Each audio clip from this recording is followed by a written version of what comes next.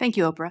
I'm Emily Tamkin. I'm a journalist here in DC. And I understand that you don't want to speak about conversations with your partners, but what you have just said about the day after Israel's war and what the administration has said is not what Israel is publicly saying, right? Which is no two-state, no PA. And this is leaving aside the Palestinian perspective, right? And how they emerge from this moment with mass death in Gaza and violence in the West Bank. So if you could speak to the public gap, right? I'm not asking you to divulge personal information, but just the gap publicly between the U.S. vision for the day after the war and Israel's vision or lack thereof for what comes after this. We're going to have a robust discussion about this. And President Biden's views on the two-state solution aren't a secret. They're very long-standing. He's not going to back off them or be quiet about them. And obviously, the views of many in the Israeli political leadership, their views on the two-state solution are equally not a secret and well-known, and they're not going to. So there's going to have to be give and take here. And by give and take, I mean in a discussion about how we get on a path that we believe ends in a place that is both the smart thing to do and the right thing to do. And obviously the nature of the private conversations on this subject are much more detailed, much more textured than the kind of public exchanges of broad propositions. But this is something we are going to have to work through as we move forward, because from our perspective, there is no other credible pathway to a sustainable outcome than the two-state solution. Tara McGowan. Thanks, David. Thank you, Jake. I run a left-leaning local news organization, Courier, and have become a little bit of an accidental expert on disinformation and misinformation online. And we've started to see a lot more disinformation coming from China related to certain things. We saw it with the Maui fires. We've seen some other things. And I'm just interested in your take on how concerned we should be about Chinese disinformation in the 2024 election, and what, if anything, can be done to pre-bunk that for the public, for China and other foreign powers that might get involved.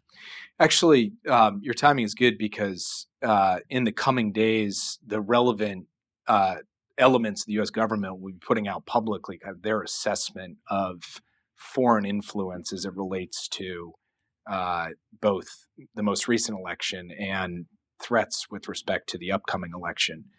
And, you know, I will kind of defer to that characterization, but fundamentally, we acknowledge and have engaged directly with the PRC on the issue that there is foreign influence being propagated by elements of the PRC government.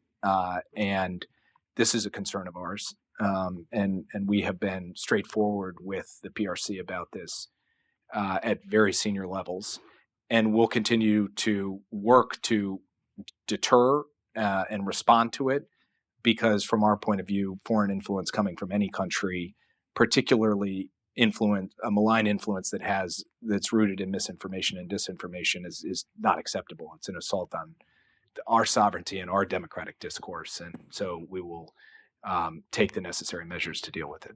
And this is an area where AI makes it much more complicated, right? Where you can imagine AI-empowered disinformation campaigns. Will we have the capacity to pre-butt, to identify? Is that something else you're working on? Yeah, we are working on that. That is something where the speed with which the technology is advancing makes the development of the countermeasures, the tools for identifying and dealing with it, it's very difficult for them to keep up. But it's something we are trying to close the gap on, you know, seeing the threat and stopping the threat as fast as we possibly can. Go ahead. Thank you. Thank you very much. My name is Manuel Carmona. I work for the European Union delegation to the US here in DC. And my question is about actually climate change and environmental degradation and the links with security, the US, but also globally. And as you probably know, the EU has issued a strategy linking, climate change, environmental degradation, weaponization, for example, of water use, of water scarcity, etc.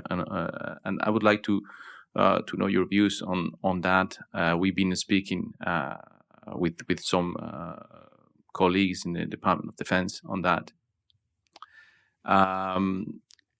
And aside from that, I would like to know your views on where does the Partnership for Atlantic Cooperation stands on that. Is that part of that context? Yeah. Thank you. So first, thank you for asking about the Partnership for Atlantic Cooperation. It was launched at the UN General Assembly this year. It involves countries in South America, North America, Europe, and Africa. And it's a really innovative new platform for countries with the shared Atlantic community to come together around issues exactly like this, issues of scientific cooperation, of climate change, environmental degradation. And so this is a major topic for the set of countries that have come together in this partnership. And more generally, I think you're absolutely right. And, Secretary Austin be the first to say that the intersection between climate change and security is only becoming, unfortunately, a busier intersection because conflicts over resources, movements of populations, the extent to which our own military's capacity to operate effectively globally is being pressurized by climate change. So this is something that we frequently come together at the principals table and in the Situation Room about. We most recently held a principals just before our delegation went off to COP28. And one of the agenda items on that was, how does the United States help drive the conversation around the intersection between climate and security? And what are the ways in which we can build a more resilient security footprint and also prioritize issues that may seem like environmental problems today, but can turn into very serious national security concerns tomorrow. So it's something we will continue to place a very high priority on. Last question, Mark. It's Mark Hosenball, formerly of Newsweek and Reuters, and now retired, but writing for other publications, including some magazine called The New Republic. Anyway, I'm interested in a person called Hunter Biden and the extent to which, if at all, Hunter Biden has engaged with your office or sought to engage with your office in the National Security Council or other agencies that you oversee or deal with, and also the extent to which you or anybody else in the U.S. government that you know of has had to deal with issues on behalf of the United States government related to Hunter Biden. No, and I'm not going to comment further than that. I was looking for a very short question and answer there to bring us towards our conclusion here, and I think I was very successful in that regard. We've come towards the end of our time here, and I do want to give Michael and Bernard a chance to offer a bit of a closing remark, and then I'll offer one. But Mike, do you have something like that? Well, I want to thank everyone for coming, and thank you, Jake, and just say or just ask you in a quick question and a quick answer. When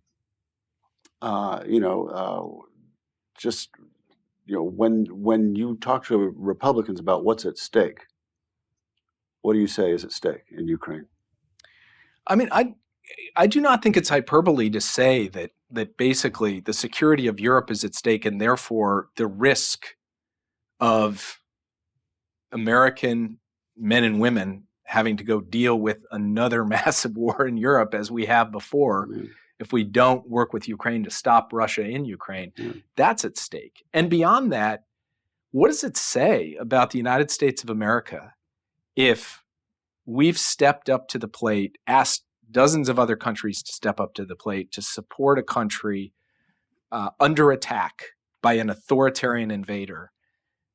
The help we've given them has helped them succeed in standing up to that invader, and then we just pull the plug and walk away. I think that the implications of that will reverberate for years, if not decades to come. And so now's the time for America to stand up and be counted, as we historically have been, and frankly, as I believe the American people.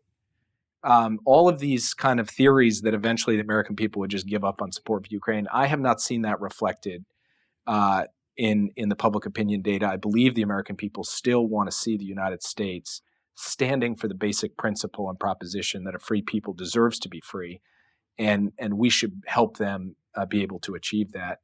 And if we don't, I really think it undermines the very idea of who we are as a country.